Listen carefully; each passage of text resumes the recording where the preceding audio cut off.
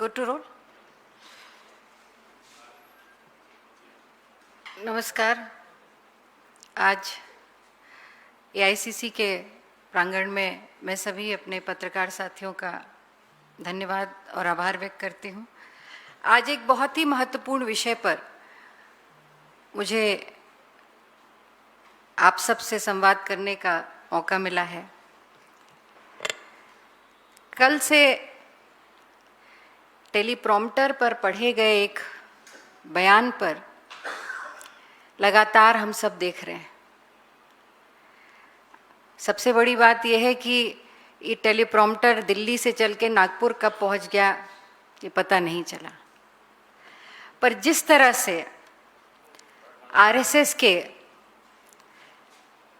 सह कार्यवाहक दत्तात्रेय होसबोले जी ने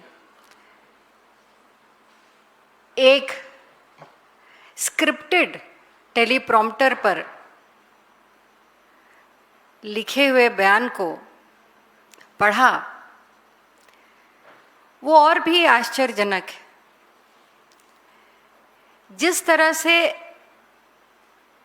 अयोध्या में प्रभु राम के मंदिर में लूट हो रही है, लूट की गई, और जिसकी सुई ही नहीं अब तो स्पष्ट प्रमाण है कि आरएसएस और आरएसएस से जुड़े हुए लोगों की देखरेख में लगातार कई दिनों से, कई महीनों से ये लूट की जा रही थी। उस पर केवल टेलीप्रॉम्प्टर पर बयान पढ़कर क्या आरएसएस अपनी जिम्मेदारी से किनारा कर सकती है? जिस तरह से भारतीय जनता पार्टी और उसकी सबसे प्रमुख आरएसएस, जिसकी विचारधारा भाजपा लेकर के चलती है, उन्होंने सनातन धर्म और राम भक्तों के साथ जिस तरह से धोखा किया,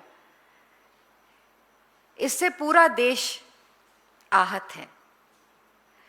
मैं याद भी दिलाना चाहती हूं और मैं फिर से दोहराऊंगी कि भारतीय जनता पार्टी की आस्था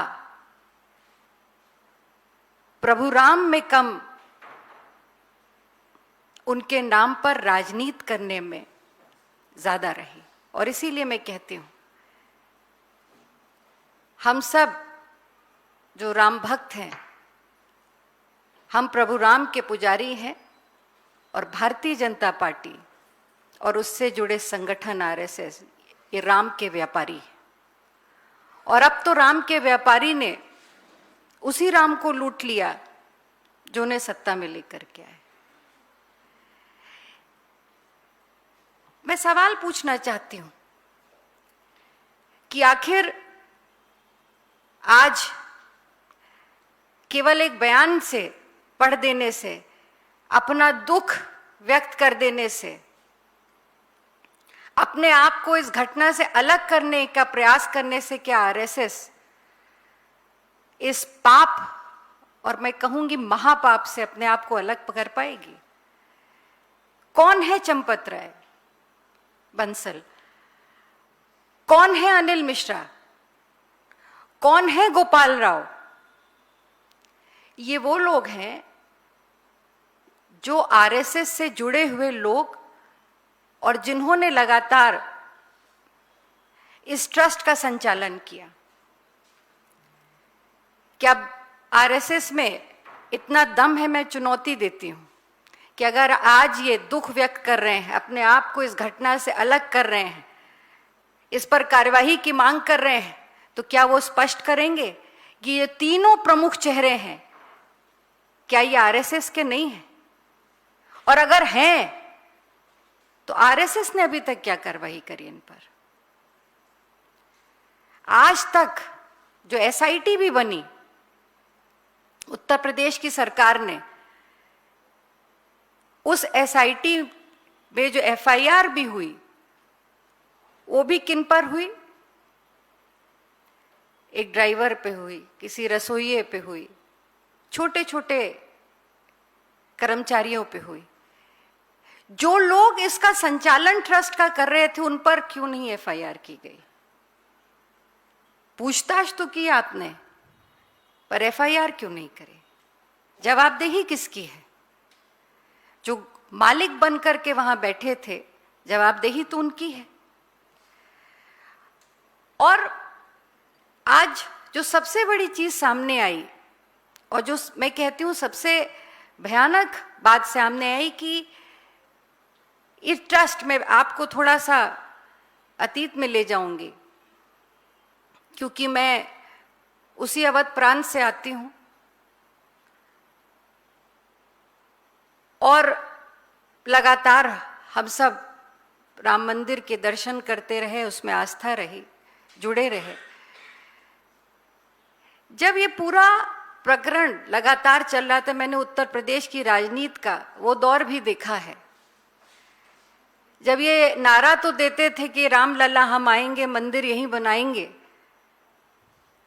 और इसी नाम पर वोट मांगते तो, और एक नहीं 4 बार उत्तर प्रदेश में इसी नाम पर इन्होंने सरकार बनाई।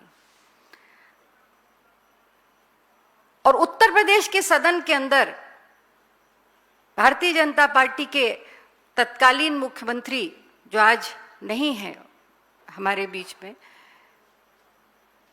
स्वर्गीय कल्याण सिंह जी ने कहा था कि हमारी सरकार बनेगी तो हम मंदिर बनाएंगे। सदन में कहा था।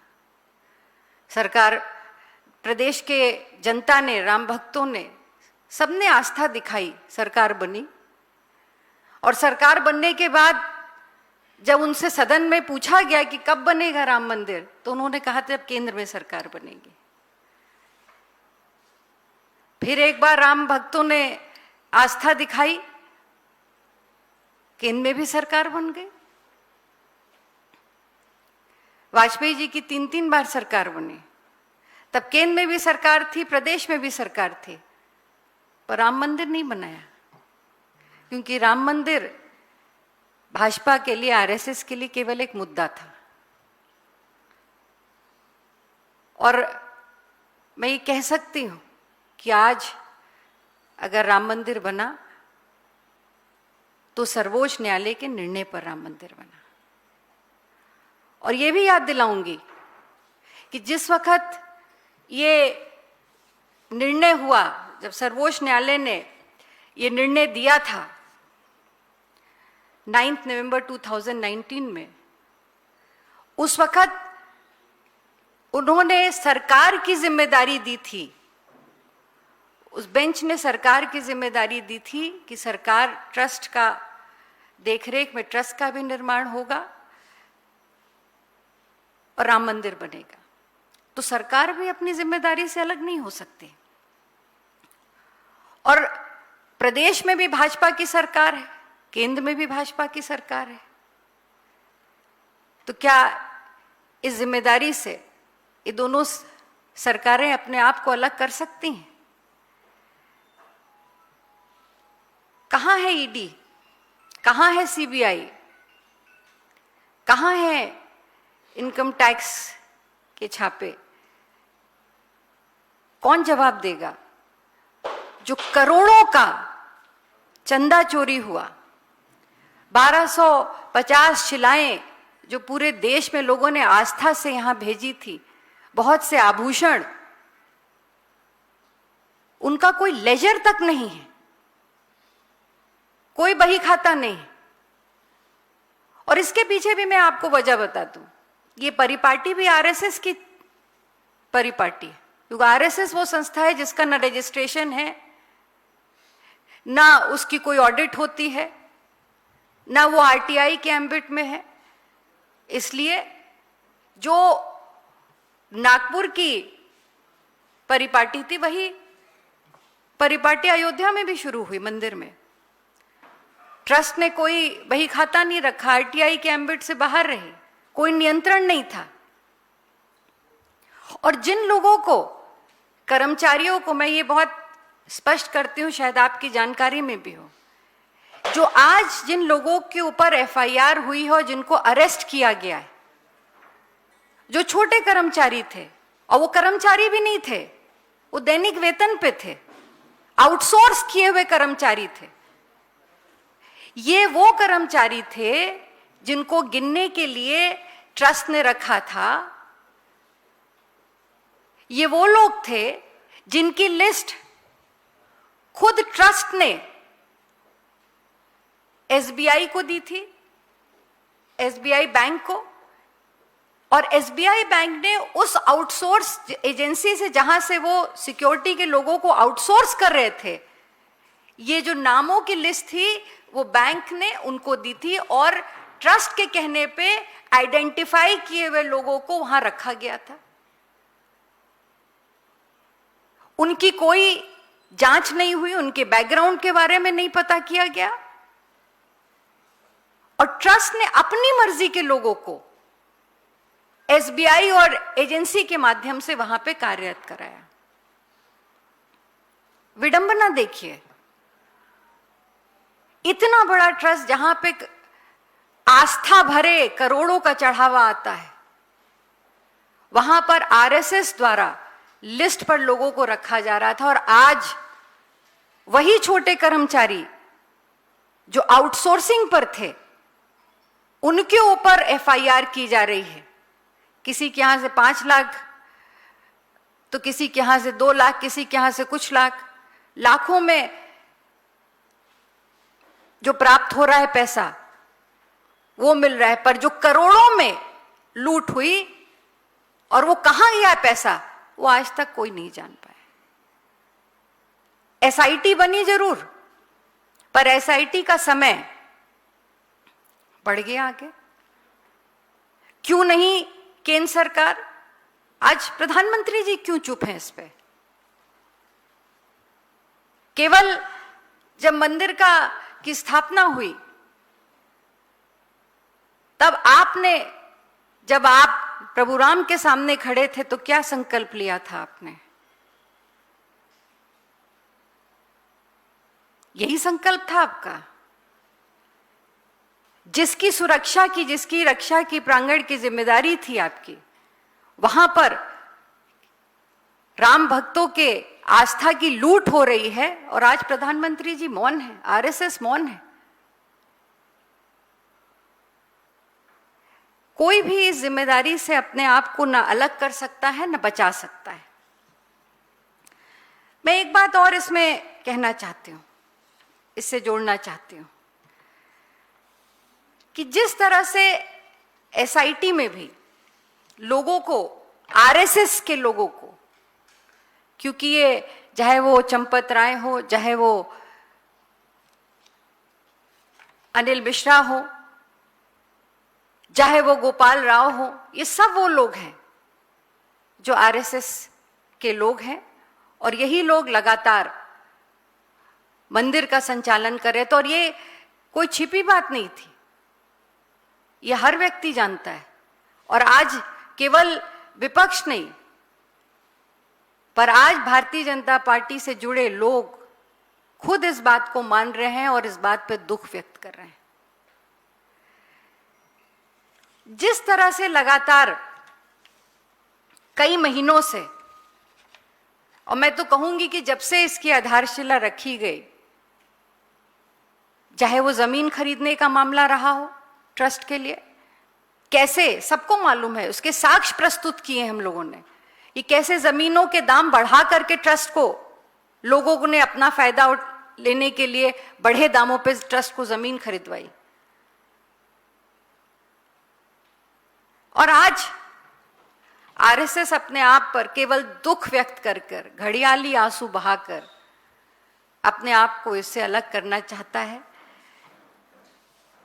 तो मैं इतना जरूर कहूंगी कि ये भारत देश है, यहाँ पे धर्म, संस्कृति और आस्था सबसे महत्वपूर्ण रही है। यही हमारी विरासत भी है, यही हमारी ताकत भी है। ये आज जो हुआ है, इस पर राम भक्तों की आस्था के साथ जो खिलवाड़ हुआ है, इस पर ना राम भक्त आरएसएस और भाजपा को माफ करेंगे, ना अयोध्या माफ करेगी, ना देश माफ करेगा। मैं पुनः इस बात को दोहराते हुए अपनी बात को विराम देती हूं कि आरएसएस का केवल बयान टेलीप्रॉम्प्टर पर पढ़े जाने से ये देश, आरएसएस का ये जिस तरह से उन्होंने भगवान राम के नाम को बेचा है और जिस तरह से उन्होंने राम भक्तों को की आस्था को लूटा है, इसको कभी माफ नहीं किया जाएगा। धन्यवाद। किसी को कुछ पूछना हो?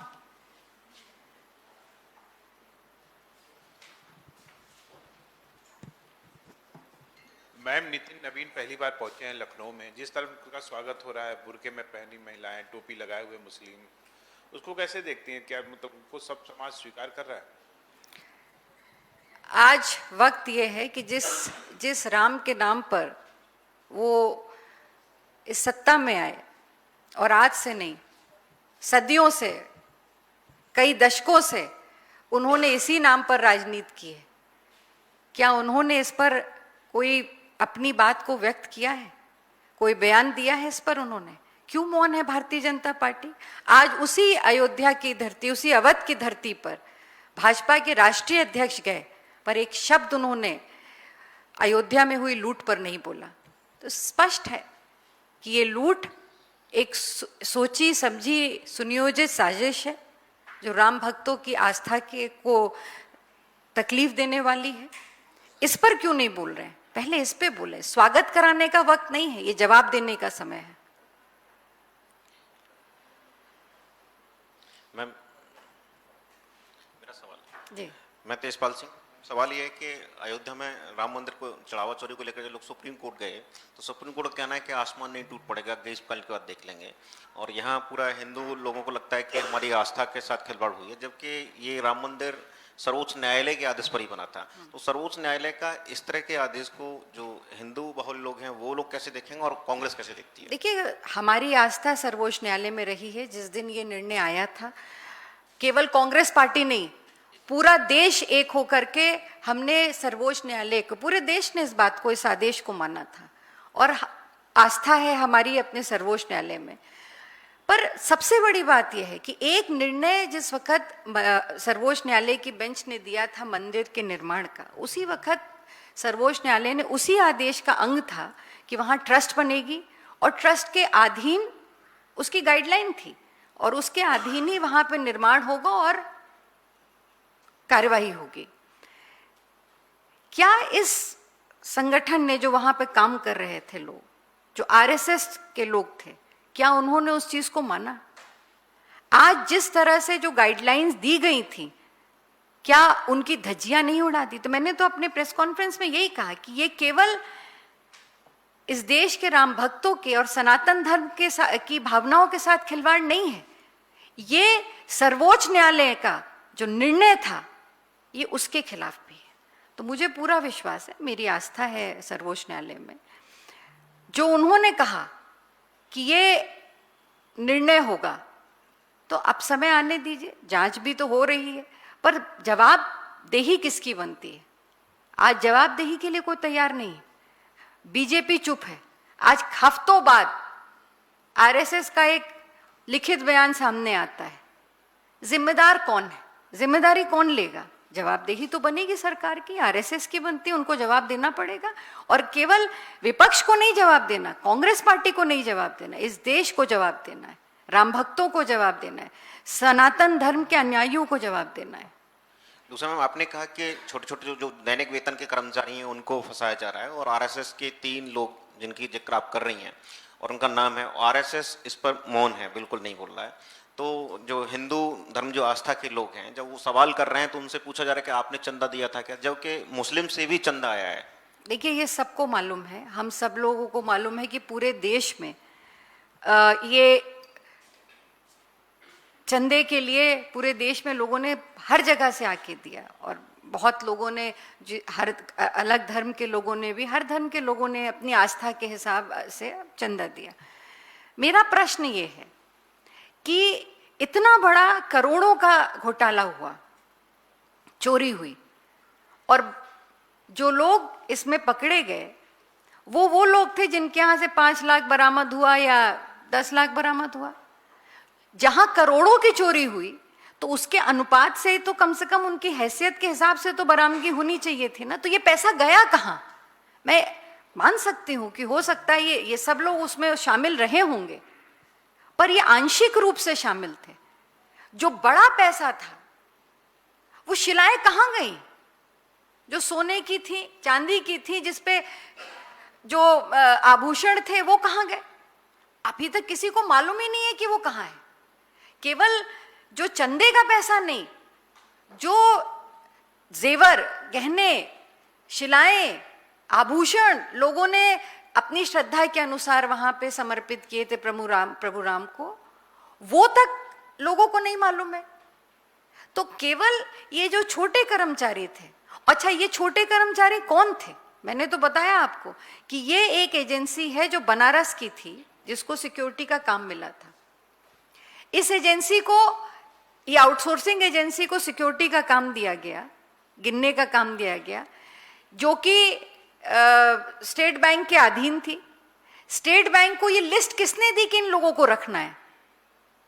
ये लिस्ट तो आरएसएस के यही लोग जो ट्रस्ट देख रहे थे, इन्हीं लोगों ने तो लिस्ट दी ना। पहले तो ये काम गिनने का केवल स्टेट बैंक के कर्मचारी करते थे। ये बात उठी कि अब श्रद्धालु ज्यादा आने लगे, चढ़ावा ज्यादा आने लगे, इसलिए हमें मैन पावर ज्यादा चाहिए। मैन पावर ज्यादा चाहिए थी, इसलिए और लोगों को आउटसोर्स से रखना था। ये कौन सी एजेंसी है जिसको हायर किया गया? इसके पास क्या इसका एक्सपीरियंस था? जो लोग रखे गए उनका बैकग्राउंड क्या था? किसने चेक किया उनका बैकग्राउंड? ये सवाल है, इसका जवाब देना पड़ेगा आरएसएस को। इस पे जवाब दे, बीजेपी के राष्ट्रीय अध्यक्ष इस पे जवाब दे। जब वो अवध की धरती पर है तो इस पे जवाब दे वो। मैम, जो आप सवाल उठा रही हैं कि 8 लोगों के खिलाफ एफआईआर हुई, उन पर कार्रवाई हो रही है, लेकिन चंपत राय, नील मिश्रा, जो बड़े लोग हैं उनको लेकर अभी भी इस तरह के बयान हैं, जो बड़े ओहदों पर बैठे लोग हैं, कि चंपत राय ईमानदार हैं, उनकी निगरानी में भले चोरी हो गई हो। क्या आपको लगता है कि ऐसी स्थिति में जो अधिकारी इसकी जांच कर रहे हैं, जो कार्रवाई करना भी चाहेंगे, वो कर पाएंगे? क्या आपको ये लगता है कि निष्पक्ष जांच होने के बाद कार्रवाई हो पाएगी? देखिए, मैं तो स्पष्ट मांग करती हूँ कि जिस तरह से दबाव बन रहा है, आपने देखा कि कई हफ्तों से ये मामला चल रहा है, पर इस पर कोई भी बयान ना भारतीय जनता पार्टी के शीर्ष नेतृत्व की तरफ से आया, न ही आरएसएस की तरफ से आया। कल एक टेलीप्रॉम्प्टर पे लिखा पढ़ा हुआ एक ऐसा बयान सामने आया जो तथ्यहीन है, जिसका कोई वजूद नहीं है। सवाल सीधा सा है कि आखिर वो लोग जो 7-8 लोग जिनके खिलाफ एफआईआर हुई है, वो भी एसआईटी बनी, एसआईटी में उन लोगों का नाम नहीं है जिनकी ये जिम्मेदारी थी संचालन की। जो 3 लोग हैं, यही तो जिम्मेदार लोग थे वहां पे। ये तो कर्मचारी थे जो आउटसोर्स कर्मचारी थे। मैं फिर से दोहराऊंगी कि हो सकता है ये शामिल रहे हो, मैं नहीं जानती इनकी भूमिका क्या थी, पर जो लोग जिनको इस काम को सुचारू से कराने की जिम्मेदारी थी, उनका नाम क्यों नहीं है? इसलिए मैं मांग करती हूं कि सुप्रीम कोर्ट के जज से की निगरानी में इसकी जांच हो, तभी इसमें सारे तथ्य सामने आएंगे। वरना जिस तरह का दबाव हम लोग लगातार देख रहे हैं, हफ्तों बीत गए, अभी तक कोई स्पष्ट हमें कोई रुख नहीं दिखाई दिया। एसआईटी का समय बढ़ा दिया गया, जो कि 1 हफ्ते में निर्धारित थी, जिसको खुद ये माना था कि 1 हफ्ते में इसका जवाब आ जाएगा, उसका समय क्यों बढ़ाया गया? और अगर बढ़ाया गया तो किस दिशा में जा रहा है? सार्वजनिक होना चाहिए। ये केवल सरकार के कोई किसी विभाग के भ्रष्टाचार का इशू नहीं है।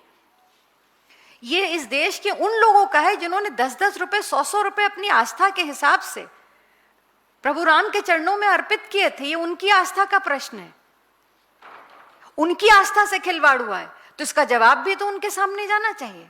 ये हमारी मांग है कि जो भी अभी तक एसआईटी की जांच हुई, कम से कम उसको सार्वजनिक करें।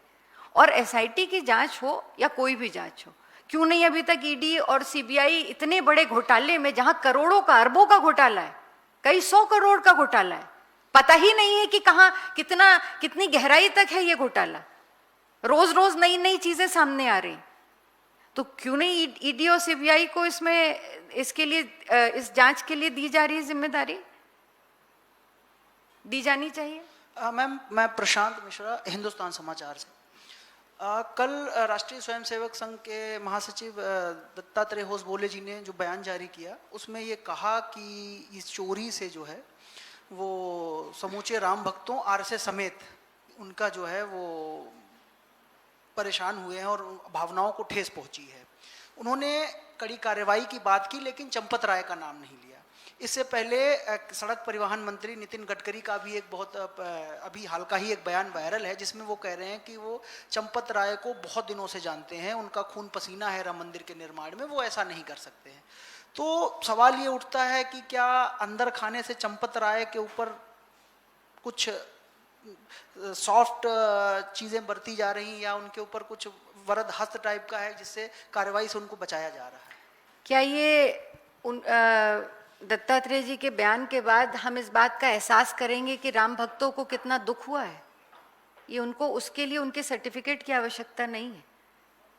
ये घटना जो हुई है, ये प्रत्येक राम भक्त और जो सनातन धर्म में प्रभु राम में आस्था रखता है, इसने आहत किया है। उनको तो बहुत दिनों बाद याद आई, कई हफ्तों बाद याद आई इस घटना के कि राम भक्त भी आहत हुए होंगे। और जहां तक चंपत राय जी की बात है, ये इस बात से, इस पूरी घटना से क्या उनको अलग किया जा सकता है जब वहां के कर्ता धर्ता वही थे? इसीलिए तो हम इसकी मांग कर रहे हैं कि इसकी जांच हो, पर सुप्रीम कोर्ट के जज की निगरानी, सिटिंग सुप्रीम कोर्ट के जज की निगरानी में इसकी जांच हो, तभी कुछ चीजें स्पष्ट होंगी। वरना जिस तरह से, मैं इस बात को पूरी जिम्मेदारी से कह रही हूं कि जिस तरह से जो मुख्य इसके पीछे लोग हैं, उनको जिस तरह से बचाने की कोशिश की जा रही है, ये छोटे बेचारे जो कर्मचारी थे जरूर गलत होंगे, हो सकते हैं, ये तो जांच का विषय है, पर इनके आगे, इनके ऊपर जिनका वरदहस्त था, जिन्होंने करोड़ों रुपए जिनके आंखों के सामने से गायब हुए, घोटाला हुआ, उनको बचाने का जो प्रयास किया जा रहा है वो गलत है। हेलो मैडम, दिस एक क्वेश्चन, ये जो राम टेम्पल के बारे में हम लोग चोरी की बात कर रहे हैं, ये कोई एक दिन की तो चोरी है नहीं, ये कंटिन्यूस चोरी है। और इसमें बहुत सारे जितने भी आरएसएस है वो लोग इसलिए इन्वॉल्व हैं, और वो लोग नहीं कहते क्योंकि नितिन गडकरी जी का एक बयान आया है और उन्होंने ये कहा है कि आप मेरी तरफ कोई भी बात ना कहें, नहीं तो मैं सारी जो भी पोल पट्टी है वो खोल दूंगा। तो इसका मतलब ये है कि जो भी चोरी हुई है, in spite of all surveillance by all security agencies, this is within the knowledge of the higher ups. तो इसके बारे में आप अंदाज़ा लगा सकते हैं कि ये कितने अमाउंट की चोरी है? क्या ये 200 करोड़ की है या 2000 की है या 20,000 करोड़ की चोरी है? मैंने दोनों बातें अभी कही कि पहली बात कि ये आज का, ये चोरी आज एक दिन में या कुछ महीनों में नहीं हुई, इसका बहुत लंबा चौड़ा ऐतिहासिक कई बार ये बातें सामने आई भी हैं कि इस तरह का घोटाला समय समय पर उसको ओवरलुक किया गया या हो गई वो बात इसकी नहीं है कि कौन कौन क्यों इसको प्रोटेक्ट किया जा रहा है। और एक केवल गडकरी जी का बयान नहीं, कई लोगों ने इस बात को कहा कि अगर हमने कुछ कहा तो बहुत लंबी दूर तक बात जाएगी। इसका मतलब स्पष्ट है कि ये बात कई समय से, लंबे समय से इस तरह की घटनाएं वहां पे हो रही थी, लोगों की जानकारी में हुई थी, प्रदेश सरकार की जानकारी में थी, और अब तो डबल इंजन की सरकार है, प्रदेश में भी भाजपा की सरकार है, केंद्र में भी भाजपा की सरकार है। आईबी क्या कर रही थी, इंटेलिजेंस क्या कर रही थी? और अगर ये बात समय समय पे समाचार पत्रों में और कई पत्रिकाओं ने इसको छापा है, उन पे अगर इस तरह की बात आ रही थी तो उस पर विजिलेंट क्यों नहीं हुई सरकार? क्यों नहीं जांच की समय से पर इसको क्यों नहीं रोका गया?